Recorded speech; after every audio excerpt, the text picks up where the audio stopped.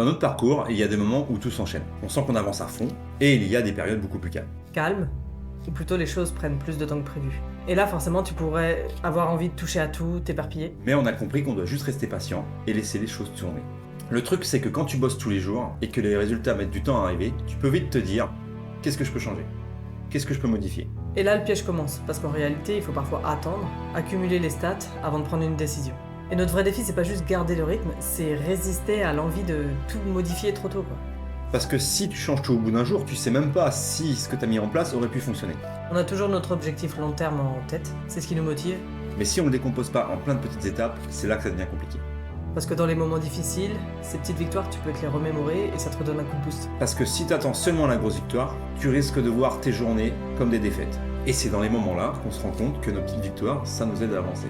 Par exemple, pas plus tard qu'hier, on a réussi à passer nos ventes de 1 à 6 par jour. Pour quelqu'un d'extérieur, ça peut paraître pas grand-chose, mais pour nous, c'était vraiment une grosse victoire. Ou alors quand Céline a fait 6 publicités dans la journée. Pour la majorité, ça vous parle pas. Mais pour nous, ça c'est une victoire. Et ça, on le fait. Et on s'est mis un petit rituel. Pipou. Voilà, un petit check et ça met direct dans la bonne humeur. Résultat, on garde le cap même quand c'est plus lent.